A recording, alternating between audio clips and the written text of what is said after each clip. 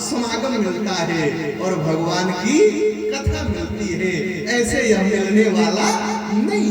जब जन्म जन्मांतर के पुण्य उदय होते हैं, व्यास जी कह रहे हैं कि भाग्योदय बहु जन्म समर्जितेन। जब हमारा भाग्य उदय होता है, जन्म जन्मांतर कल्प कल्पांतर के जब हमारे और आपके पुण्य इकट्ठा होते हैं, तब ऐसा समागम मिलता है, तब भगवान की कथा मिलती है, ऐसे मिलने वाली नहीं है। और निवेदन करूं, एक बार भगवान शंकर मां पार्वती जी के साथ जा रहे थे, पार्वती जी की, और जब महादेव आगे बढ़े ना, तो एक जगह भगवान शंकर लेटने लगे, लेट करके पृथ्वी पर लेटने लगे। और जब लेटने लगे तो मैया पार्वती ने पूछ लिया है, मां पार्वती ने पूछा, महादेव आप जमीन पर लेट क्यों रहे हो, क्या कारण है? उस समय महादेव ने कहा है, देवी ये धरती बहुत पवित्र है, बहुत पवित्र धरती है। मैया ने पूछा, कैसे पवित्र है? उस समय भगवान शंकर ने कहा है, देवी इसलिए ये पवित्र है ना, इस धरती पर आज से लगभग 1000 वर्ष पहले श्रीमद् भागवत कथा हुई थी, इसलिए धरती पवित्र है। और इस धरती का मैं मिट्टी अपने शरीर में लगा रहा हूं, क्योंकि ये धरती पवित्र है, पावन है, महादेव ने कहा। अब महादेव की यात्रा आगे बढ़ी है, और जब महादेव आगे चले हैं तो एक जगह और लेटने लगे, और लेटने लगे। और जब लेटने लगे हैं ना, तो मैया ने पूछ दिया, प्रभु यहाँ क्यों लेट रहे हो? तो उस समय महादेव ने कहा, देवी ये धरती पवित्र है। मां ने पूछा क्यों? महादेव ने कहा, इस धरती पर आज से लगभग 1000 वर्ष बाद श्रीमद् भागवत कथा होगी, इसलिए यह धरती पवित्र है, यह पवित्र है, यह पावन है, इसकी मिट्टी मैं अपने शरीर में लगा रहा हूं। ये कथा का महत्व है। यदि कथा को श्रद्धा से सुना जाए ना, कथा को यदि हम और आप श्रद्धा से सुने, तो हम जो प्राप्त करना चाहते हैं वो हमारे जीवन में मिल जाता है। लेकिन कथा में श्रद्धा हो, क्योंकि कथा में जब तक श्रद्धा नहीं रहेगी, तब तक परमात्मा की कृपा होने वाली नहीं है। भगवान को यदि प्राप्त करना चाहते हैं, यदि हम परमात्मा को प्राप्त करना चाहते हैं ना, तो भगवान सिर्फ और सिर्फ मिल सकते हैं तो प्रतीक्षा करने पर ही परमात्मा मिल सकते हैं। बिना प्रतीक्षा, बिना इंतजार के भगवान मिलने वाले नहीं है, इंतजार तो करना ही पड़ता है। मां सती ने भी भगवान को प्राप्त करना चाहा है, लेकिन सती भगवान का परीक्षा लेकर प्राप्त करना चाहती है। भगवान को प्राप्त करने के लिए शूर्पणखा भी गई है, लेकिन वो समीक्षा करके परमात्मा को प्राप्त करना चाहती है। तो भगवान न तो परीक्षा का विषय है, न तो परमात्मा समीक्षा का विषय है, बल्कि परमात्मा प्रतीक्षा का विषय है। जो प्रतीक्षा करता है उसे परमात्मा मिलते हैं। यदि प्रतीक्षा किया जाए तो सबरी ने प्रतीक्षा किया है तो भगवान मिले। यहाँ पर व्यास जी कह रहे हैं कि जब जन्म जन्मांतर के पुण्य उदय होते हैं, जब भाग्य उदय होता है, तब हमें और आपको भगवान की कथा मिलती है। ऐसे यह मिलने वाली नहीं है। पूरा जीवन बीत जाता है। ये जो मानव शरीर मिला है, ये भगवान की जो विशेष कृपा होती है। 84 लाख योनि का भ्रमण करने के बाद हमें और आपको यह मानव शरीर मिला है। जब परमात्मा जीव के ऊपर अकारण कृपा कर देते हैं, तब यह शरीर मिलता है। ऐसे यह शरीर मिलने वाला नहीं है। और शरीर को प्राप्त करने के बाद हम और आप क्या करते हैं? पूरा जीवन बीत जाता है, लेकिन भगवत भजन नहीं कर पा रहे हैं। और जब तक भगवान का भजन नहीं करेंगे, यही विचार महाराज मनु ने किया है। महाराज मनु ने किया कि हो ही न विषय विराग भवन बसत भाचौथपन तो हृदय बहुत दुख लाग जन्म गयम हरि भजन बिनु। हरि के भजन के बिना यदि हमारा जन्म बीत जाए तो यह शरीर पाने की कोई सार्थकता नहीं है, कोई सार्थकता नहीं है।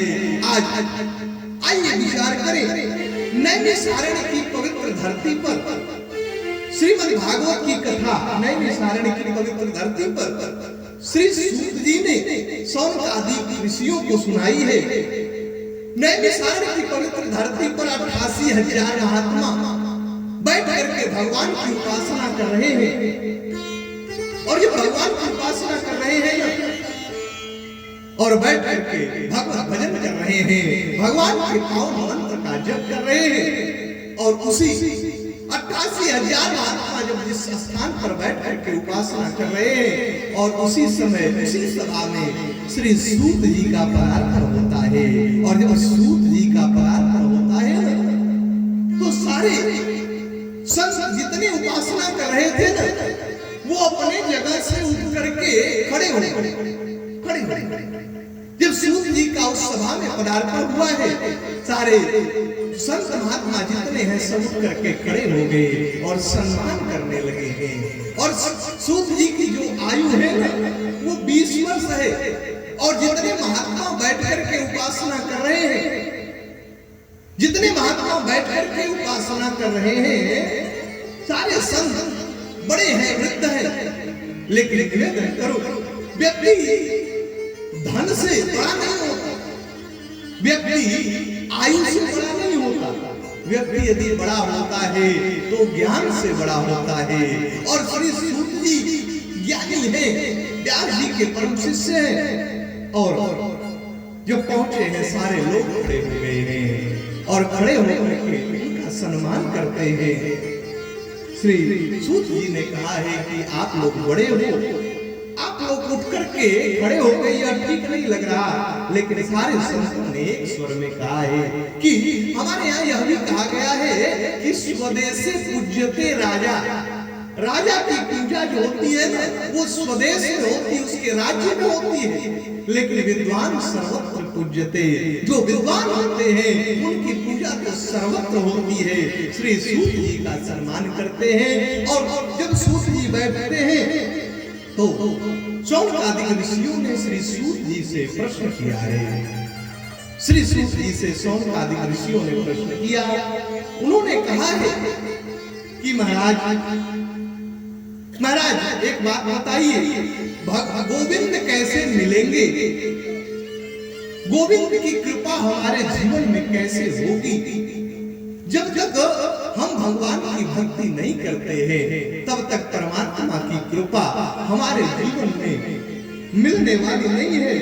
सारे लोगों ने जब सूत जी से प्रश्न किया है उन्होंने कहा ये जो श्रीमद् भागवत है ना, भागवत का अर्थ क्या है? भागवत बहुत से भक्ति, ग से ज्ञान, व से वैराग और त से तल्लीन कर देने वाला। जो भगवान की भक्ति में जो ग्रंथ तल्लीन करते हमें और आपको, उसी का नाम श्रीमद् भागवत है। जो भगवान की भक्ति में हमें तल्लीन कर दे। जब तक परमात्मा यदि हम और आप श्रीमद् भागवत का सहारा लेते हैं, गोविंद के चरणों में भक्ति करते हैं, प्रीति करते हैं, तो परमात्मा की कृपा से हमारे जीवन में मंगल होता है, भगवान की कृपा हमारे जीवन में बरसती है। सारे सौनकादिक ऋषियों ने प्रश्न किया कि गोविंद की कृपा कैसे हो। और भगवान की पावन कथा श्री सूत जी सौनकादिक ऋषियों को सुना रहे हैं। यह इतना पवित्र पावन ग्रंथ है, इस ग्रंथ का यदि सहारा ले लिया जाए तो जीवन में मंगल होगा। सूत जी कह रहे हैं कि सच्चिदानंद रूपाय। ये सच्चिदानंद का अर्थ क्या होता है? सच्चिदानंद परम पिता परमेश्वर को कहा गया है। सच्चिदानंद का अर्थ क्या होता है? जिसका सत्य चित्त आनंदमय हो। सच्चिदानंद सबको नहीं कहा जा सकता। जिसका सत्य चित्त आनंदमय हो। और सत्य क्या है? सत्य चित्त आनंद, ये तीन शब्द है सच्चिदानंद के विषय में। सत्य क्या है? जब यह संसार नहीं था तब भी परमात्मा थे, परमात्मा का नाम था और मध्य में ही है और अंत में भी भगवान का नाम ही बचेगा, भगवान की कथा ही बचेगी। सत्य क्या है? हमारे और आपके जीवन में ना जो सत्य है उस बात को हमें और आपको नहीं बताई गई। जो सत्य है, सत्य क्या है? एक संत ने बड़ा सुंदर भाव दिया कि बचपन में सिखाया गया धारा धाम सत्य है। प्रेम से बोलिए श्री राम कृष्ण भगवान की सीताराम सीताराम सीताराम सीताराम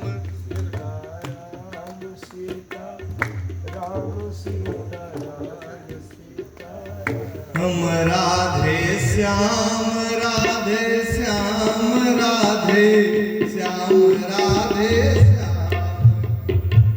श्याम राधे श्याम राधे श्याम राधे श्याम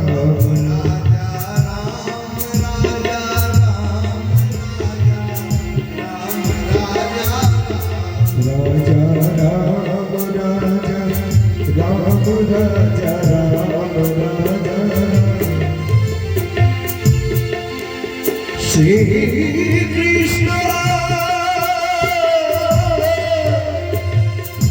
श्री कृष्ण श्री कृष्ण गोविंद बोलो हरि गोपाल बोलो राधा हरि गोपाल गोविंद बोलो हरि गोपाल बोलो राधा हरि गोपाल बोलो गोविंद बोलो हरि गोपाल बोलो गोविंद बोलो श्याम गोविंद बोलो हरि गोपाल बोलो राधा रमण हरि गोविंद बोलो गोविंद बोलो हरि गोपाल बोलो राधा रमण हरि गोविंद बोलो गोविंद बोलो हरि गोपाल बोलो राधा रमण हरि गोविंद बोलो। बोलिए भगवान भगवान की। तो कह रहे हैं व्यास जी की सच्चिदानंद रूपाय विश्वोत्पत्त्यादि हेतवे। सच्चिदानंद का अर्थ क्या होता है? जिसका सत्य चित्त आनंदमय हो। और सत्य क्या है? सत्य है भगवान का नाम ही सत्य है। और सत्य इस संसार में नहीं है। यदि सत्य है तो परमात्मा का नाम है। इसलिए एक संत ने बड़ा सुंदर भाव दिया। क्या कह रहे हैं कि बचपन में सिखाया गया धारा धाम सत्य है और यौवन में सिखाया गया अर्थ काम सत्य है। बचपन में हमें और आपको सिखाया जाता है। क्या सिखाया जाता है? कि ये धराधाम सत्य है, यही संसार ही सत्य है। हमें और आपको बताया जाता है। और निवेदन करूं, जब जीव मां के गर्भ में होता है तो ब्रह्म से बात होती है, परमात्मा से बात होती और जब बात होती है ना तो वो यही कहता है जी, हे प्रभु आप मुझे इस कष्ट से बाहर कर दो, और जब मैं संसार में जाऊंगा ना तो जाकर के मैं भगवत भजन करूंगा, आपका पावन नाम स्मरण करूंगा, और मैं इस आवागमन के बंधन से मुक्त हो जाऊंगा। यह जीव मां के गर्भ में रह करके परमात्मा से कहता है, क्योंकि उसकी गर्भनाल जो होती है ना वो परमात्मा से जुड़ी रहती है, और वो नारायण से कहता है कि प्रभु इस कष्ट से हमें बाहर निकाल दो, फिर मैं इस भवसागर में आने वाला नहीं हूँ। जीव भगवान से निवेदन करता है, और निवेदन करके कहता है कि प्रभु मैं इस बंधन में अपना धने वाला नहीं हूँ, आखिरी मौका आप दे दो हमें। लेकिन जब वही जीव जो मां के गर्भ से बाहर आता है ना तो क्या कहता है, जैसे आप सभी लोग देखे होंगे कि जब आकाश मार्ग से वर्षा होती है तो जो जल गिरता है ना वो स्वच्छ होता है। यदि आप जो आकाश से जल गिरे उसको यदि आप बीच में यदि हाथ पर ले ले तो वो जल एकदम स्वच्छ होता है, सफेद होता है। लेकिन वही जल यदि पृथ्वी पर गिर जाए ना तो वो गंदा हो जाता है, वो ढाबर हो जाता है। भूमि परत भार ढाबर पानी जन जीव ही माया लिप। जिस प्रकार से आकाश से वर्षा होती है ना तो वो तो स्वच्छ होती है, लेकिन पृथ्वी पर पड़ने के बाद ढाबर हो जाती है, गंदा जल हो जाता है। उसी प्रकार से ये जीव जब मां के गर्भ में होता है तो ब्रह्म से बात होती है, और ब्रह्म से कहता है प्रभु इस भवसागर से, इस बंधन से आप मुक्त कर दो, और मैं धराधाम पर जाने के बाद आपका भजन करूंगा, आपका पावन नाम स्मरण करूंगा, और मैं इस भव बंधन से अपने आप को मुक्त कर लूंगा। लेकिन वही जीव जब मां के गर्भ से बाहर आता है तो रोने लगता है, और रुदन करके कहता है हे प्रभु, और कहां कहां करके रोने लगता है, कहता है हे प्रभु जब मैं मां के गर्भ में था तो आपका दर्शन हो रहा था, लेकिन अब तो आप दिखाई नहीं दे रहे हो, अब तो आप प्रभु दिख नहीं रहे हो। और जब बाहर आता है ना तो संसार के लोग बताने लगते हैं कि बेटा ये आपके माता है, ये पिता है, यानी संसार के सारे संबंधों को बताया जाता है कि बचपन में सिखाया गया धरा धाम सत्य है। इस बचपन में ये सिखाया जाता है कि ये धरा धाम सत्य है। हमारे और आपके जीवन में जो सत्य है वो बात नहीं बताई जाती कि सत्य को छिपाया गया, झूठ को बताया गया, और इस जीवन में क्या क्या सिखाया गया कि बचपन में सिखाया गया धरा धाम सत्य है, और यौवन में सिखाया गया अर्थ काम सत्य है। जब वही जीव जब बड़ा हो जाता है, युवा अवस्था आ जाती है, तो उस युवा अवस्था में कहा जाता है कि बेटा धन कमाओ, नौकरी करो, यदि नहीं करोगे तो घर परिवार कैसे चलेगा। यानी बचपन में तो सगे संबंधियों के बारे में बताया जाता है, और जब वही व्यक्ति युवा अवस्था को प्राप्त करता है तो उस अवस्था में उसे बताया जाता है कि आप नौकरी करो, धन कमाओ, यदि नहीं कमाओगे तो जीवन चलने वाला नहीं है। तो संत कह रहे हैं कि बचपन में सिखाया गया धरा धाम सत्य है, और यौवन में सिखाया गया अर्थ काम सत्य है। लेकिन पंछी पिंजरे को छोड़ चला गया तो अंत में सिखाया गया श्री राम नाम सत्य है। अंत में बताया जाता है कि राम नाम सत्य है। जब चार लोग कंधे पर लेके चलते हैं ना तब बताया जाता है कि राम नाम सत्य है। तो तब बताने से क्या फायदा जब व्यक्ति इस धराधाम को छोड़ करके जब कृषि सुखाने समय चुके पुनी का पछताने। जब समय पर बारिश नहीं होगी तो बाद में होने से कोई फायदा होने वाला नहीं है। और ये जो धार्मिक अनुष्ठान होते हैं, ये जो कथा होता है, ये कथा इसीलिए होती है ना कि हमें और आपको यह याद रहे कि आज छोड़ करके भी जाना है और जहां जाना है। निवेदन करो, यदि हमें कहीं यात्रा करनी हो ना तो हम और आप क्या करते हैं? यदि 1 महीने बाद भी यात्रा हो तो तैयारी अभी से प्रारंभ हो जाती है कि हमें 1 महीने के बाद बंबई जाना है। लेकिन जिस परमात्मा के यहाँ जाने की कोई तिथि नहीं है, कोई डेट निश्चित नहीं है, हम और आप 1 महीने बाद जाना है।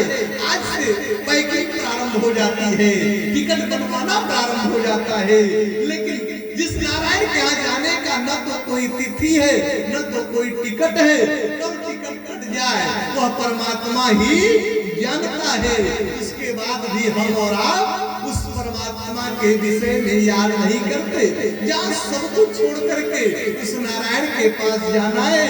इसलिए भगवान ने यदि 24 घंटा दिया है तो आप 23 घंटा अपने काम के लिए निकालो, लेकिन 1 घंटा भगवान के पावन नाम को भी जपते रहो, क्योंकि जहाँ जाना है उसकी भी तैयारी रखनी चाहिए। तो सच्चिदानंद, सच्चित और आनंद, सत्य माने परमात्मा का नाम ही सत्य है। चित्त यानी प्रकाश, जो भगवान के चरणों में जो भक्ति करता है, जो प्रीति करता है, उसके जीवन में अपने आप प्रकाश परमात्मा की कृपा से मिलना प्रारंभ हो जाता है। तो सत्य, चित्त और आनंद, आनंद कहाँ मिलेगा? आनंद गोविंद के चरणों में ही मिलता है। भगवान श्री कृष्ण के चरणों में ही आनंद है, भगवान के चरणों में ही शांति है। क्योंकि भगवान नारायण जब सब कुछ वितरण करने लगे ना, जब सब कुछ बांटने लगे, तो भगवान के हाथ से एक चीज गिर गया पृथ्वी पर और भगवान ने अपने पैर से उसको दबा दिया। सारे लोगों से परमात्मा ने कहा हमने सब कुछ बांट दिया। बगल में लक्ष्मी जी खड़ी थी। लक्ष्मी जी ने कहा प्रभु कुछ अपने पैर से दबाए हो, उसको बताओ वो क्या बचा है। उस समय भगवान नारायण ने कहा है कि लक्ष्मी, वो जो हमने अपने चरणों से दबाया है ना, वो शांति है, शांति। जो हमारे चरणों में भक्ति करेगा, प्रीति करेगा, उसे शांति प्रदान होगी। और कहीं शांति मिलने वाली नहीं है। शांति यदि मिलेगी तो भगवान की कथा में मिलेगी, भगवान के नाम में मिलेगी, और कहीं शांति मिलने वाली नहीं है।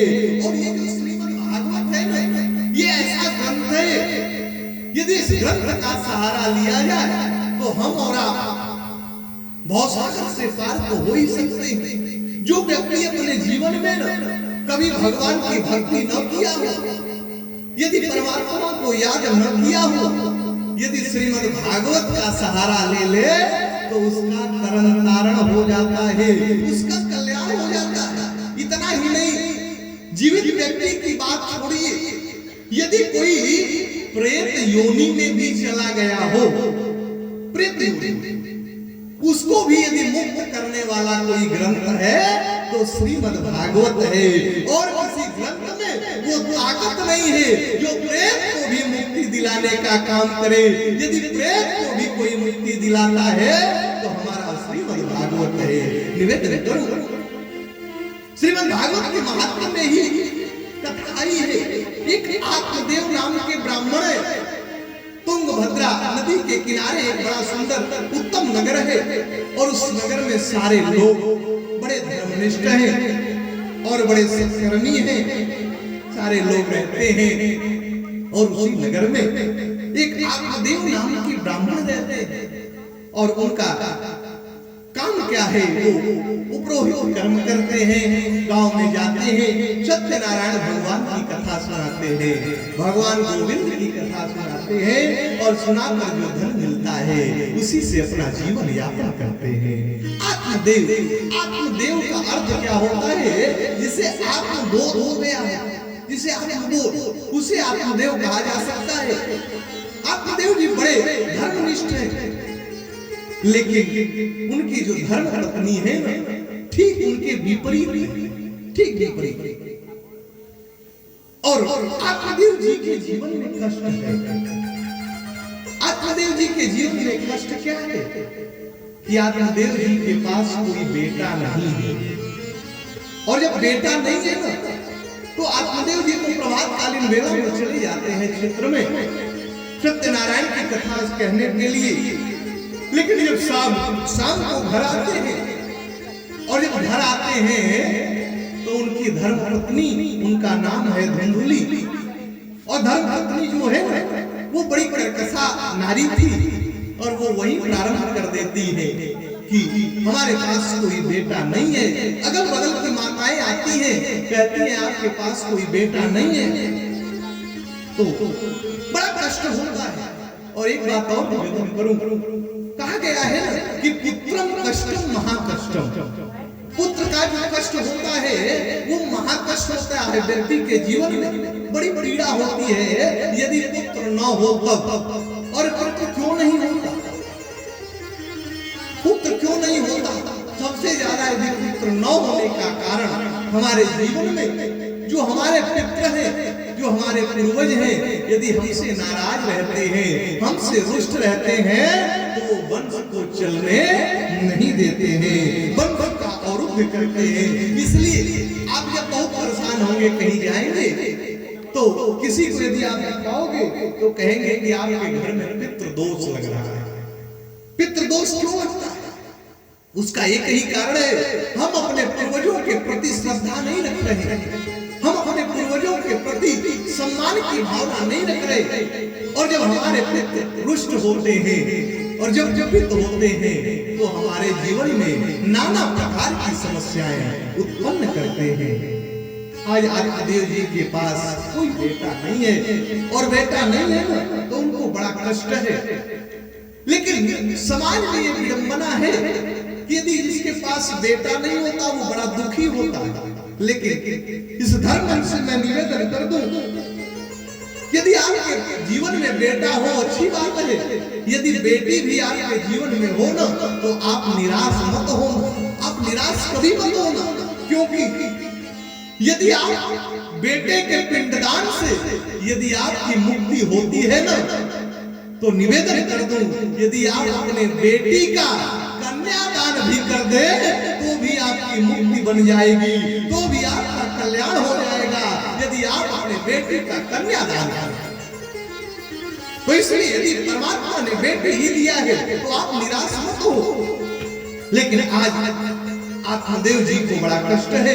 उनकी धर्मपत्नी कहती है, अगल बगल की माताएं आकर के कहती हैं, और आत्मदेव जी के पास एक गौ माता है, गौ लगभग 6 साल हो गया है, लेकिन वो गौ भी बंध्या है, बच्चा नहीं हो रहा, कोई कुछ नहीं हो रहा, 6 साल से रखे। और जब रखे हैं ना तो उनके जीवन में बड़ी पीड़ा है। आंगन में तुलसी लगी है, तुलसी को रोज आत्मदेव जी जल दे रहे हैं, लेकिन वो तुलसी माँ हरी भरी नहीं हो रही है, बल्कि सूखती ही जा रही है। अगल बगल के लोग आके कहते हैं कि अरे आप अपने कर्म को देखिए, आपके दरवाजे पर गऊ है, बंध्या पड़ी है, आपके पास कोई बेटा नहीं है, और आप जिस तुलसी को जल देते हो वह तुलसी भी सूख रही है। आप अपने कर्म को देखो, अपने भाग्य को देखो, आपने अपने जीवन में कितना बुरा किया है। इस बात को सुन करके आत्मदेव जी को बड़ा कष्ट होता है, बड़ी ग्लानि होती है, और एक दिन वो निराश होकर के घर से निकल पड़े। और जब घर से निकल पड़े हैं ना तो एक नदी के किनारे जाकर के बैठ गए हैं, और बैठ करके विचार करने लगे कि अब इस जीवन का कोई मतलब नहीं है, बल्कि मैं अपने शरीर को ही शांत कर लूं, न तो मेरा जीवन रहेगा, न तो मेरे मन में ऐसी भावना आएगी, न तो समाज के ताना को हम सहेंगे। ये सोच करके आत्मदेव जी बैठे हैं। और जब व्यक्ति अपने जीवन में निराश होता है जब हम और आप निराश हो ना, तो जब निराश होता है तो कहां जाना चाहिए? हमारे और आपके जीवन में यदि उठाने का, हमें और आपको उठाने का यदि कोई काम करता है ना, तो या तो गुरुदेव उठाते हैं, नहीं तो सीधे परमात्मा उठाता है, और कोई उठाने वाला नहीं है। या तो हमें कोई महात्मा उठाता है, नहीं तो फिर सीधे परमात्मा उठाता है। इस दुनिया में कोई और उठाने वाला नहीं है।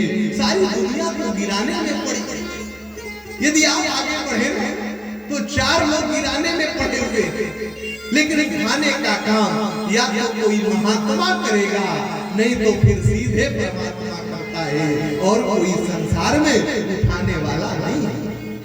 आइए देव जी बड़े निराश होकर के बैठे हैं, सोच रहे हैं कि मैं अपने शरीर को शांत कर लूं, अपने शरीर को मैं शांत कर लूं। लेकिन उसी समय महात्मा आते हैं। महात्मा जी ने देखा है, और महात्मा जी ने जब ब्राह्मण देवता को देखा, महात्मा जी ने कहा, अरे ब्राह्मण देवता आप क्यों रो रहे हो, क्या बात है? जिस समय उन्होंने पूछा है, आत्मदेव जी अपने जीवन की सारी आपबीती सुनाते हैं, क्योंकि संत से कभी झूठ नहीं बोलना चाहिए। आप संसारियों से अपनी बात कहें या न कहें, लेकिन यदि आपके जीवन में संत मिल जाए, यदि गुरु मिल जाए, तो आप अपनी संकोच होकर के अपनी सारी समस्या उन्हें बता दीजिए। और आत्मदेव जी ने ऐसा ही किया है। और जब उन्होंने किया, इधर जिस समय आत्मदेव जी ने सारे वृत्तांत को बताया है, महात्मा ने उनके मस्तक की रेखा को देखा।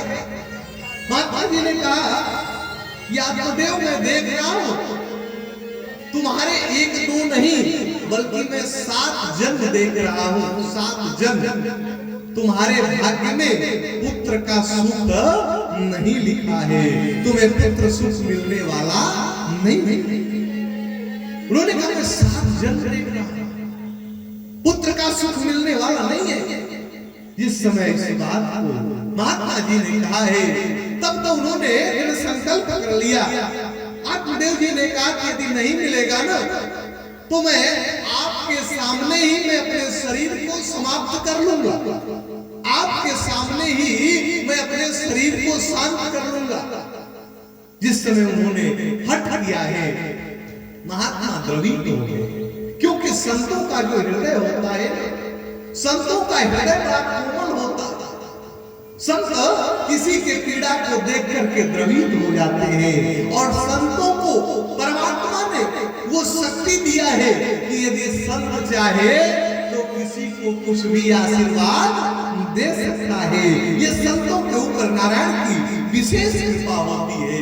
जिस समय आत्मदेव जी ने कहा है कि मैं अपने शरीर को शांत कर लूंगा, उस समय महात्मा जी ने कहा कि ऐसा न करो, मैं आपको आशीर्वाद दे रहा हूं, आपके जीवन में तो पुत्र का सुख नहीं है, लेकिन आपने जो दृढ़ संकल्प लिया है, हमारा और आपका यदि संकल्प हो जाए किसी भी वस्तु को प्राप्त करने के लिए, परमात्मा को यदि प्राप्त करने के लिए हमारा संकल्प हो न, तो नारायण उस संकल्प को पूरा करते हैं। लेकिन हमारा दृढ़ संकल्प भगवान के चरणों में होना चाहिए। आज आत्मदेव जी ने जब कहा, महाराज जी ने आशीर्वाद दिया है, और महाराज जी ने एक फल दिया। फल महाराज जी ने कहा, इस फल को लेकर के जाओ और जाकर के अपने धर्म पत्नी को दे दे, तुम्हारे जीवन में दिव्य सुंदर सुशील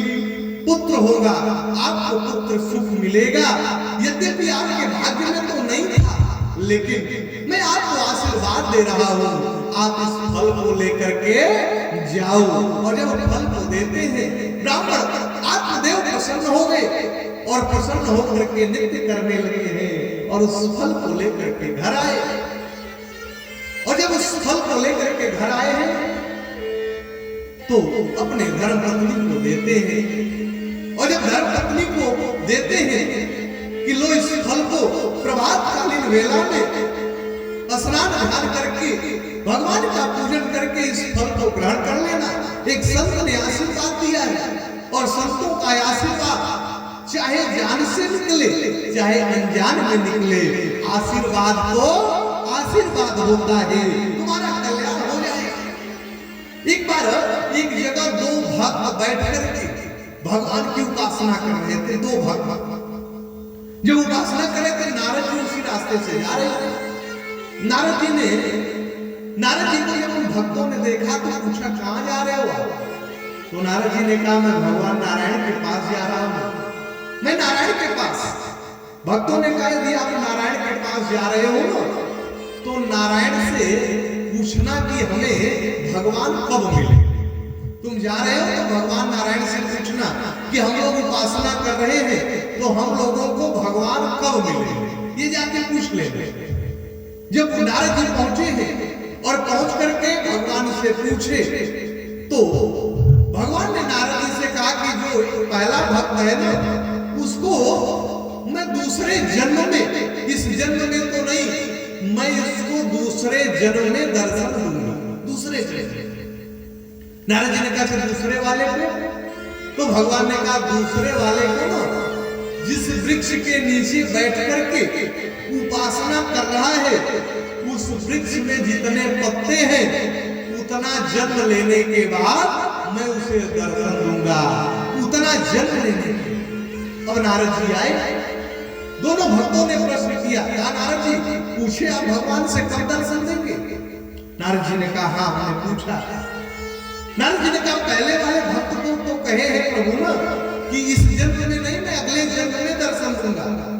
कहे कि दूसरे वाले, दूसरा वाला पूछा हमको। तो नारद जी ने कहा अरे यार तुम्हारे विषय में तो कहना ही ठीक नहीं है। कहा क्यों? कहा भगवान ने कहा जिस वृक्ष के नीचे बैठ करके उपासना कर रहा है ना उस वृक्ष में जितने पत्ते हैं उतना जन्म लेने के बाद भगवान दर्शन देंगे। तो जब पहले वाले भक्त को नारद जी ने बताया कि इस जन्म में दर्शन नहीं देंगे, अगले जन्म में देंगे, तो वो भक्त सोचा जब इस जन्म में दर्शन मिलना ही नहीं है तो मैं भजन क्यों करूं, उपासना क्यों करूं, वो सब कुछ छोड़ के घर चला जाने लगा। और दूसरे ने पूछा कि हमारे लिए क्या कहें? तो नारद जी ने कहा कि तुम्हारे लिए तो कहे हैं इस वृक्ष में जितना पत्ता है ना उतना जन्म लेने के बाद तुम्हें दर्शन देंगे। उस समय वो भक्त नृत्य करने लगा है, वो नाचने लगा। उसने कहा कि भगवान ने कह दिया है तो दर्शन तो देंगे, भले 500 वर्ष 500 जन्म लेने के बाद दे, लेकिन दर्शन तो देंगे। इसलिए वो बैठ करके भगवान की उपासना करने लगा। उसी समय भगवान नारायण उसके सामने प्रकट हो गए और जब नारायण प्रकट हुए ना तो उसने दर्शन किया। नारद जी ने कहा कि अरे प्रभु आप तो हमको झूठा साबित कर दिए। आपने कहा था कि इस वृक्ष में जितना पत्ता है उतना जन्म लेने के बाद में इसको दर्शन दूंगा और आप तुरंत दर्शन दे दी, हमें आप झूठा साबित कर दी। भगवान ने कहा देखो नारद मैं इसको उतना जन्म लेने के बाद ही दर्शन देता, लेकिन ये जो उपासना कर रहा था ना तो जिस हिसाब से ये उपासना कर रहा था, जिस तन्मयता के साथ मेरा नाम ले रहा था, उस तन्मयता में तो मैं उसे उतना ही जन्म के बाद दर्शन देता। लेकिन जब आपने बताया कि इस वृक्ष में जितने पत्ते हैं उतने जन्म के बाद नारायण दर्शन देंगे, तो ये नृत्य करने लगा और इतनी तीव्रता से मुझे भजने लगा कि मुझे स्वयं इसके सामने प्रकट होना पड़ा। तो कहने का अभिप्राय है कि जब हम भगवान की भक्ति यदि श्रद्धा से करें, तन्मयता से करें, तो परमात्मा हमें और आपको बुलाने में विलंब हो सकता है, लेकिन भगवान को दर्शन देने में विलंब नहीं हो सकता। लेकिन हमारे अंदर तन्मयता होना चाहिए। आज आत्मदेव जी उस फल को लेकर के आए और आकर के अपनी पत्नी को देते हैं। निवेदन करो इस कथा से संदेश क्या मिलता है कि आत्मदेव जी के पास बेटा नहीं है तो बड़े दुखी हैं। आत्मदेव जी सोच रहे हैं ना कि मैं अपने शरीर को शांत कर लूं, यानी वो मरना चाहता। यदि बेटा नहीं है तो मैं मर जाऊंगा। लेकिन महात्मा ने फल दिया, आप मत मरो, और उस फल को लेकर के आए, अपने धर्म पत्नी को दी। और जब धर्म पत्नी उनकी लेती है तो धर्म पत्नी ने, जब महाराज जी ने बताया है, अब ये विचार करने लगी, सोचने लगी कि यदि मैं इसको खा लेती हूं तो गर्भ हो जाएगा, और जब गर्भ होगा तो कहीं ऐसा न हो जैसे सुखदेव जी मां के गर्भ में 12 वर्ष रहे, 12 साल तक श्री सुखदेव जी मां के गर्भ में रहे। कल आप लोगों के बीच में श्री सुखदेव जी के जन्म की कथा सुनाओ, 12 वर्ष तक मां के गर्भ में रहे। तो अब ये विचार करने लगी, कहीं मेरे भी गर्भ में 12 वर्ष तक यदि रह जाए तो क्या भरोसा, मेरा शरीर ही शांत हो जाए। अब उसने विचार करना प्रारंभ किया है कि कहीं यदि गांव में यदि गर्भ होगा और उसके बाद यदि कभी गांव में कोई चोरी वोरी हो गई ना, तो सारे लोग तो भाग जाएंगे, मैं भाग ही नहीं पाऊंगा। यानी अनाप शनाप की बात को विचार करने लगी है। और विचार करने के बाद अब वो सोची इस फल का परीक्षण भी होना चाहिए, इस फल का परीक्षण भी होना चाहिए। इसलिए उस फल को ले जाकर के गौ माता को खिला देती है, गौ को वो फल खिला देती है। और गौ को फल खिलाने के बाद इधर महाराज जी ने पूछा है कि तुमने फल खा लिया?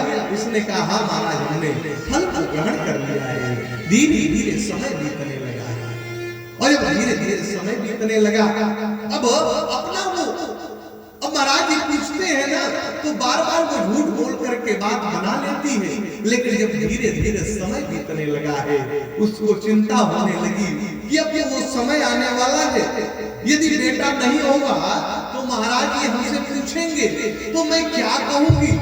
अब बड़े चिंतित रहने लगी है। और जब बड़े चिंतित रहने लगी तो एक दिन उसकी सखी आई है, और सखी जब आई तो उससे अपने चिंता का सारा कारण बताती है कि हमारे जीवन में क्या कष्ट है। उसने कहा कि उसकी जो मित्र है उसने कहा आप चिंता न करो, आप चिंता न करो, मुझे भी बेटा होने वाला है, और जब मेरा बेटा जन्म लेगा ना तो मैं तुम्हें ले आकर के दे दूंगी, और तुम अपने पति से कह देना कि मुझे बेटा हुआ है। और उसने जब कहा है तब इसकी चिंता कुछ कम हुई, और धीरे धीरे समय बीतने लगा। और जब समय बीतने लगा है तब उसको बेटा पैदा हुआ है, और ला करके धुंधुली को देती है, और धुंधुली ले जाकर के महाराज से कहती है, आत्मदेव जी से, कि महाराज देखिए हमें बेटा हुआ है। और जब उसने कहा है कि बेटा हुआ है, आत्मदेव जी प्रसन्न हो गए, और प्रसन्न होकर के वेद ध्वनि करने लगे हैं, और प्रसन्न होकर के सारे ब्राह्मणों को दान दे रहे हैं। प्रसन्न है क्योंकि उनके जीवन में बेटा नहीं था, आज बेटा हुआ है तो बड़े प्रसन्न है। और जब प्रसन्न है खूब ब्राह्मणों को दान दे रहे हैं, वेद ध्वनि ब्राह्मण दरबार पर कर रहे हैं, खूब उत्सव हो रहा है। और उसी कुछ समय के बाद जो फल गौ को उसने खिला दिया था, उसी फल से एक बेटे का जन्म गौ के गर्भ से होता है। पूरा शरीर मनुष्य का है, लेकिन जो कान था वो गौ माता का कान था। जब एक तो धुंधुली को बेटा हुआ, दूसरा गौ से भी बेटा जन्म लिया। मानो आत्मदेव जी प्रसन्न हो गए। आत्मदेव नारायण की वंदना करने लगे और कहने लगे, धन्य हो प्रभु, आपने यदि हमारे जीवन में मंगल किया तो ऐसे किया कि आज गौ से भी बेटा जन्म लिया और मुझे भी बेटा हो गया। आत्मदेव जी खूब प्रसन्न, लेकिन खूब प्रसन्न तो है। अब नामकरण संस्कार करना चाहते, नाम रखना चाहते। गौ के गर्भ से जो बेटा जन्मा है, ऋषि के आशीर्वाद से उस बेटे के शरीर तो मनुष्य का है, लेकिन कान जो है वो गौ का है। इसलिए आत्मदेव जी ने उनका नाम गौकर्ण रखा है। बोलिए गौकर्ण भगवान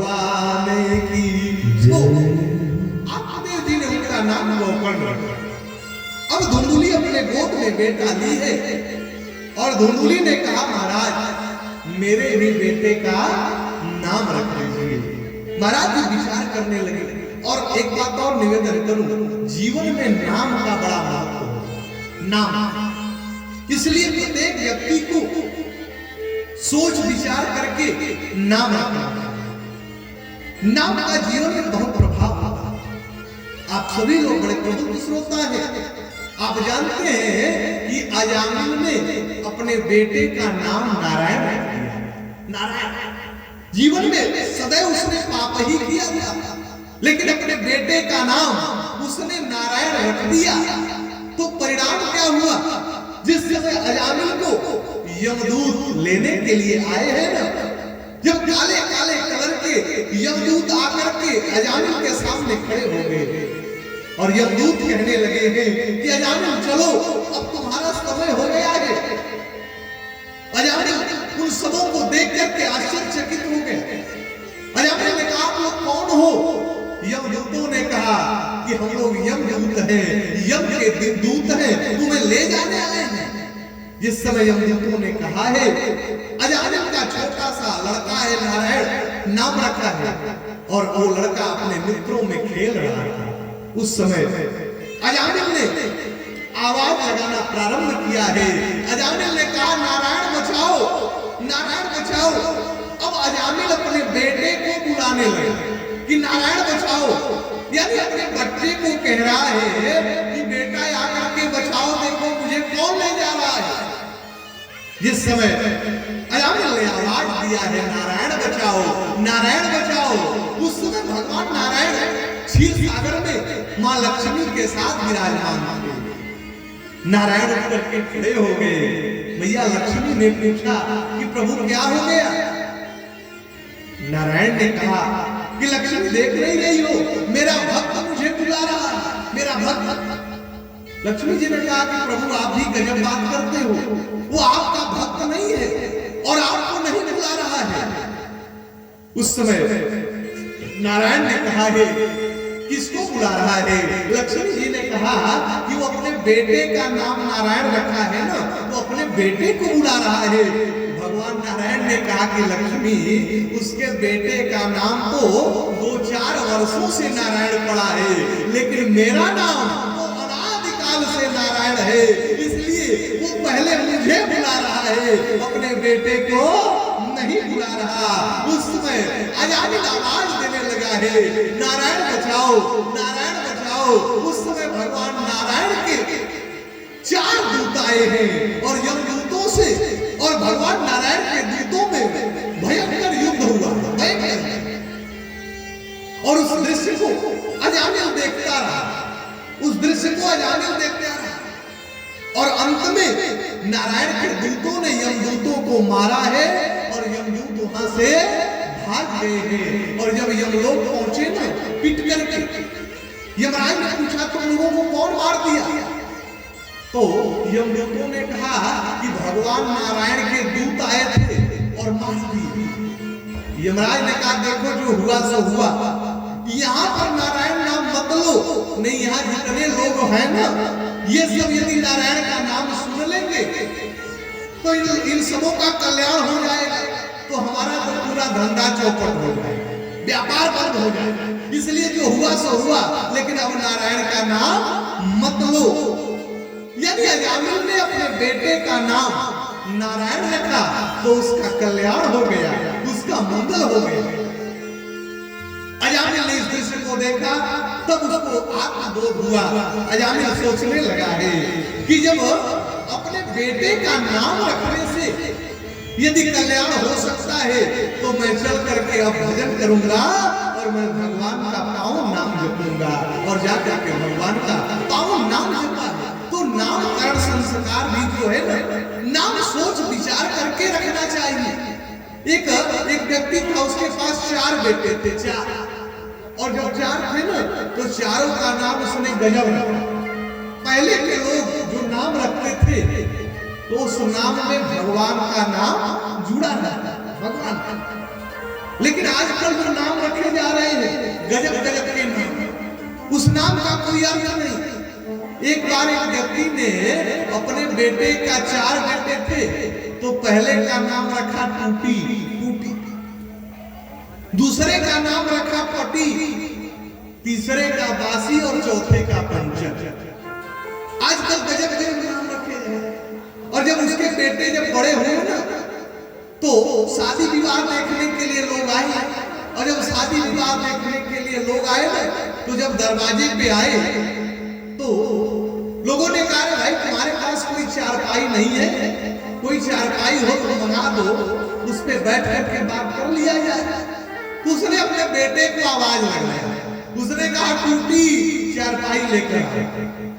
अब ये सब सोचने लगे कि ये चारपाई मंगा रहा है तो टूटी चारपाई क्यों मंगा रहा है। अब ये सब नहीं जानते कि इसके बेटे का नाम है। सब सोचने लगे ये चारपाई टूटी क्यों मंगा रहा है। तब लोगों ने कहा रहने दो, चारपाई न मंगाओ, कोई दरी उरी हो तो उसी को मंगवा दो, उसी पर बैठ कर बात कर लिया गया। अब दूसरे बेटे को आवाज लगाया, उसने कहा पटी दरी लेकर आए। अब फिर सोचने लगे ये दरी भी मंगा रहा तो पटी मंगा रहा। लोगों ने विचार किया इसके यहाँ विवाह करना ठीक नहीं हो, इसके यहाँ विवाह करना ठीक नहीं हो। तब लोगों ने कहा कि ऐसा करो, कुछ नाश्ता बना हो ना तो नाश्ता मंगवा दो, उसी को करके हम निकल लेंगे, अब शादी विवाह हो गया। दूसरे अपने तीसरे बेटे को आवाज दिया है कि बासी पकौड़ी लेकर। उन सबों ने सोचा ये मंगा भी रहा तो बासी रहने दो, अब कुछ नहीं, कोई साधन हो तो छुड़वा दो, निकल जाएंगे बनारस। तो उसने फिर अपने चौथे बेटे को आवाज लगाया है पंचर मोटरसाइकिल लेकर आ। मैं ये हंसने के लिए नहीं कहता, आजकल जो नाम रखे नाम विचार करके रखना चाहिए। अजामिल ने यदि अपने बेटे का नाम नारायण रखा तो उसका कल्याण हो गया। इसलिए जब भी हम नाम रखें तो विचार करके रखें। आज गौकर्ण जी का नाम तो आत्मदेव जी ने गौकर्ण रख दिया, लेकिन धुंधुली ने अपने बेटे को आगे किया है और कहने लगी महाराज मेरे बेटे का क्या नाम होगा। उस समय महाराज जी तो बहुत सुंदर कोई नाम विचार कर रहे थे, लेकिन उसने कहा नहीं, मेरा बेटा है ना तो मेरे बेटे का नाम हमसे मिलता जुलता होना चाहिए। तो आत्मदेव जी ने कहा कि भाई देखो तुम माँ हो और बेटे के जीवन में माँ का अधिकार जो होता है ना वो अधिक होता है पिता से माँ का अधिकार अधिक नहीं। आत्मदेव जी ने कहा अच्छा तुम बताओ तुम क्या रखना चाहती हो। तो उसने कहा कि मेरे बेटे का नाम, मेरा नाम धुंधुली है ना तो मेरे बेटे का नाम धुंधकारी होना चाहिए, क्योंकि मेरा नाम धुंधुली है तो मुझसे मिलता जुलता मेरे बेटे का नाम होना चाहिए।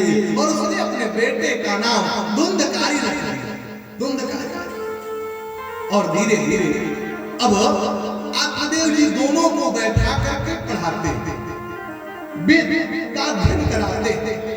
और जब बैठा करके वेद अध्ययन कराते हैं तो गौकर्ण जी तो ऋषि के आशीर्वाद से जन्मे हैं, पैदा हुए हैं, बड़े अच्छे ढंग से भगवान के पावन नाम को जपते हैं, भगवान की वेद ध्वनि वेद मंत्र को याद करते हैं।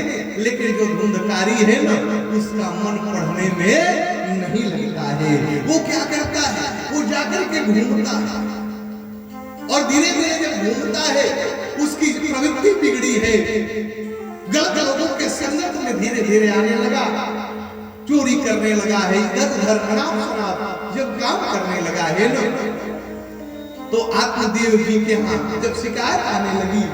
अब आत्मदेव जी बड़े निराश हुए और जब आत्मदेव जी बड़े निराश हुए ना तो सोचने लगे। आत्मदेव जी ने विचार किया, जब धुंधकारी की शिकायत आने लगी है तो आत्मदेव जी को अब ग्लानि हुई। और बड़ी सुंदर बात यहाँ है, आत्मदेव के पास जब बेटा नहीं था तो भी ग्लानि थी। आज बेटे के सहूर से, बेटे के व्यवहार से भी आत्मदेव जी को ग्लानि होने लगी। आत्मदेव जी सोचने लगे कि परमात्मा ने बेटा ही क्यों दिया, ऐसे बेटे को रहने से अच्छा है कि बल्कि भगवान ने दिया ही न होता, विचार करने लगे, हमें और आपको अपने जीवन में कोई ऐसा काम नहीं करना चाहिए जिससे कि हमारे माता पिता को ये ग्लानि हो कि भगवान ने मुझे ऐसा बेटा क्यों दिया। सदैव इस बात का ध्यान रखना चाहिए। आज जब बड़े निराश है आत्मदेव जी कि परमात्मा ने ऐसा बेटा ही क्यों दिया, जब बड़े निराश थे तो गोकर्ण जी ने बड़ी सुंदर उपदेश दिया। गोकर्ण जी ने आत्मदेव जी को समझाया। गोकर्ण जी ने कहा है कि पिताजी आप क्यों चिंता कर रहे हो, आप क्यों चिंता कर रहे हो? ये संसार जो है ये माया है, ये मोह का बंधन है, आपकी आसक्ति उससे लगी हुई है, इसलिए आप चिंता कर रहे हो। आप अपनी आसक्ति को हटा दो। गोकर्ण जी ने बड़ा सुंदर वेदांत का ज्ञान जब दिया है आत्मदेव जी को, आत्मदेव जी उससे अपने मोह बंधन को दूर करके निकल जाते हैं भगवत भजन करने। और जब भगवत भजन करने वो चले जाते हैं, इधर गोकर्ण जी भी तीर्थाटन पर निकल जाते हैं। और जब तीर्थाटन पे गोकर्ण जी जाते हैं, अब उस घर में धुंधकारी रहता है और उसकी माँ जो है धुंधली रहती है। उसकी माँ अब इसकी प्रवृत्ति बिगड़ी है और वेश्याओं के संगत में आ गया है। और जब वेश्याओं के संगत में आया, घर का धन जो है ले जाता है, उन सबों को दे देता है। अब जब घर में कुछ नहीं बचा है ना, तो माँ के आभूषण को मांगने लगा है। माँ नहीं दे रही थी, और जब नहीं दे रही थी ना, तो माँ को मार करके आभूषण को लिया है। और जब लेकर के गया है, इधर माँ को भी मार डाला और चला गया है वेश्याओं के पास। और वहां जाने के बाद अब ये स्वतंत्र हो गया और उन वेश्याओं को ले आकर के घर में रखा है और उसी घर में रहने लगा। और जब रहने लगा ना, तो रोज वो सब तो इससे धन मांगती थी कि आप जाओ धन लेकर के आओ, आभूषण लेकर के आओ। अब ये चोरी करने गांव में जाता था। और जब एक दिन उसने क्या किया कि अपने नगर के राजा के राजकोष में चोरी किया। और जब राजकोष में चोरी किया है ना, वहां से बहुत सारे आभूषण को लेकर के आया है।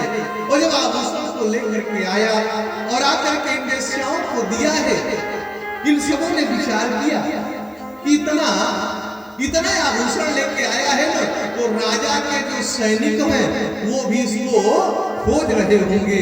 तो यदि ये पकड़ा जाएगा ना, तो इसके साथ हम लोग भी पकड़े जाएंगे। इसलिए उन वेश्याओं ने क्या किया है, रात्रि कालीन वेला में उस धुंधकारी को मार डालती है और मार करके उसी घर के बगल में एक कुएं में उसके शरीर को फेंक देती है। उसके मुख में आग के अंगारे को डाल करके उसको मार डालती है और वहीं फेंक करके सारे आभूषण को लेकर के चली जाती है। और जब चली जाती है, अब ये जो मर गया है ये प्रेत योनि में चला गया। क्योंकि जब व्यक्ति की अकाल मृत्यु होती है तो वो प्रेत योनि में चला जाता है। और प्रेत योनि जो है, हम मनुष्यों की आयु तो लगभग इस कलयुग में 100 साल है, 100 साल। लेकिन प्रेत योनि जो है ना, ये 1000 वर्ष की, कम से कम 1000 वर्ष तक व्यक्ति प्रेत योनि में रहता है, जो अकाल मृत्यु से मरता है। आज वो वेश्या वहां से चली गई और इधर गोकर्ण जी तीर्थाटन पर गए, गया में भी पहुंचे। सारे बद्रीनाथ केदारनाथ होते हुए गया आए हैं और गया आने के बाद वहां पर अपने पितरों को पिंडदान करते हैं। और पिंडदान करने के बाद गोकर्ण जी तीर्थाटन करते करते अपने घर को आते हैं। संध्या कालीन वेला हो गई थी और जब संध्या हुआ है, गोकर्ण जी अपने घर में प्रवेश करते हैं। और रात्रि कालीन वेला में गोकर्ण जी शयन कर रहे हैं। और जब धीरे धीरे रात्रि हुआ है ना, तो वो जो धुंधकारी है प्रेत योनि में चला गया है, वो कभी शेर का स्वरूप बनाकर, कभी हाथी का स्वरूप बनाकर के आता है और गोकर्ण जी को डराने का प्रयास करता है, डराने का प्रयास। लेकिन जब गोकर्ण जी जल लेकर उसके ऊपर छिड़कते हैं तो अपने वास्तविक स्वरूप में आ गया और उसने कहा, भैया मैं आपका भाई धुंधकारी हूँ और सारे वृत्तांत को बताया। उसने कहा कि वेश्याओं ने मुझे मार डाला है भैया, मैं प्रेत योनि में चला गया। गौकर्ण जी ने कहा तो तुम्हारा उद्धार कैसे होगा? मैं तो गया था और गया में जाकर हमने पिंडदान भी किया। क्या वहां कि पिंडदान से तुम्हारी मृत्यु नहीं हुई क्या? उस समय धुंधकारी ने कहा भैया एक बार नहीं, आप 10 बार भी गया जाकर पिंडदान करोगे तो हमारी मृत्यु नहीं हो पाएगी। तब गौकर्ण जी ने कहा तब तुम ही बताओ तुम्हारा उद्धार कैसे होगा? उसने कहा मैं नहीं बता सकता। अब प्रभात कालीन जब बेला हुआ है तो सूर्य नारायण के रथ को गौकर्ण जी ने रोका है और सूर्य नारायण से प्रश्न करते हैं गौकर्ण जी कि प्रभु आप बताइए कि मेरा भाई जो है ना वो प्रेत योनि में चला गया है तो उसका उद्धार कैसे होगा, उसका कल्याण कैसे होगा?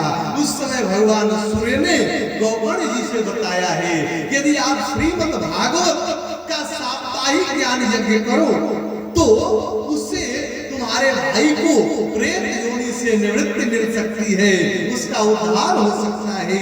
इस समय भगवान सूर्य नारायण ने बताया है और इधर श्रीमद् भागवत ज्ञान महायज्ञ प्रारंभ करते हैं। गौकर्ण जी 7 दिन तक भागवत की कथा सुना रहे हैं और जब भागवत की कथा सुना रहे हैं तो वो जो प्रेत है वो वायु के रूप में आकर के अपना स्थान खोजने लगा है कि मैं कहाँ बैठूं।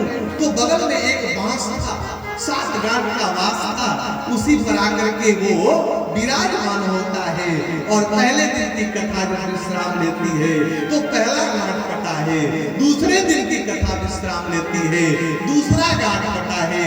इसी प्रकार से 7 दिन में 7 गांठ कटा है और दिव्य स्वरूप उसको प्रदान परमात्मा ने किया है और उसके लिए विमान आया और उसी विमान पर बैठ करके वो भगवान के धाम चला गया।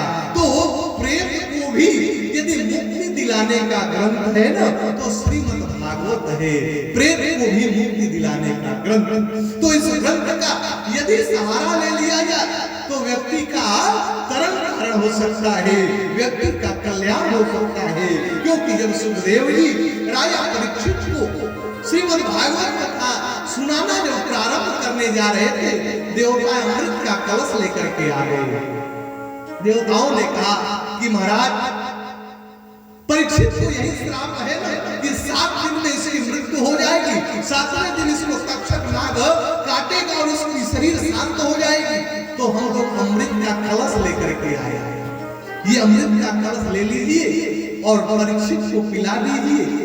परीक्षित नहीं मरेंगे, अमृत पी लेंगे तो। और ये जो भगवान की कथा रूपी अमृत है वो हम देवताओं को पिला दीजिए, ये भगवान की कथा रूपी अमृत हम देवताओं को पिला दीजिए। लेकिन सुखदेव जी ने कहा नहीं, ये नहीं हो सकता क्योंकि देवताओं को तो सब कुछ प्राप्त है।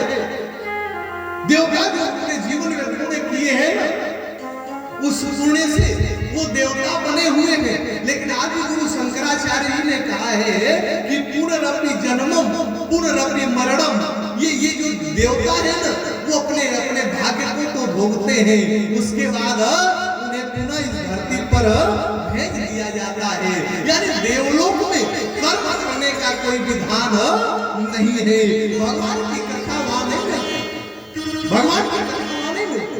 जब भगवान श्री राम इस धराधाम को छोड़कर जाने लगे ना, सारे लोग जब विमान में बैठ गए, हनुमान जी दिखाई नहीं दे रहे थे। और जब हनुमान जी दिखाई नहीं दे रहे थे तो भगवान श्री राम ने कहा कि हनुमान कहाँ है, दिखाई नहीं दे रहा। हनुमान जी को बुलाया गया और हनुमान जी आए, विमान में बैठ गए। अब हनुमान जी से राम जी ने कहा कि हनुमान तुम मेरे धाम नहीं चलना चाहते क्या? हनुमान जी ने कहा कि चलना तो चाहते हैं। हनुमान जी बैठ गए, लेकिन हनुमान जी ने राम जी से एक प्रश्न कर दिया। हनुमान जी ने कहा प्रभु मैं आपके धाम को चलूंगा, लेकिन एक बात बताइए, आपके धाम में आपकी कथा तो मिलेगी ना, आपकी कथा मिलेगी? राम जी ने कहा हमारे धाम में मैं स्वयं मिलूंगा, तो कथा की क्या आवश्यकता है? हनुमान जी तुरंत उस विमान से नीचे उतर गए। हनुमान जी ने कहा प्रभु मैं नहीं जाने वाला, जहाँ आपकी कथा मिलेगी वही हनुमान रहेगा। इसलिए हनुमान जी चारों युग पर तुम्हारा, चारों युगों में हनुमान जी भगवान की कथा सुनते। प्रेम को भी मुक्ति दिलाने का ये ग्रंथ श्रीमद् भागवत है। श्री सूत जी सौनक आदि ऋषियों को कथा सुना रहे हैं कि जब जब हम श्रद्धा से यदि भगवान की पावन कथा को हम सुने तो हमारा कल्याण हो सकता है, मंगल हो सकता है। जीते हुए व्यक्ति की बात छोड़ दीजिए, मरे हुए व्यक्ति को भी यह मोक्ष प्रदान करता है। जिस ग्रंथ का नाम है श्रीमद् भागवत, जिस ग्रंथ का नाम है, तो आइए आज 2 बार भगवान के पावन नाम का संकीर्तन करेंगे और आज की कथा यही विश्राम लेगी, क्योंकि आज प्रथम दिवस है और बहुत व्यतिक्रम भी हुआ। इसलिए कल ठीक समय से जो यहाँ समय निश्चित होगा उस समय से कथा प्रारंभ होगी। आज कथा यही विश्राम लेती है, लेकिन आइए 2 बार भगवान के पावन नाम का संकीर्तन। हो दिल खो गया, दिल खो गया, दिल खो गया मेरे श्याम, मनमोहन के चरणों में दिल खो गया, खो गया, मनमोहन के चरणों में दिल खो गया, खो गया, तेरे तन में आके तेरा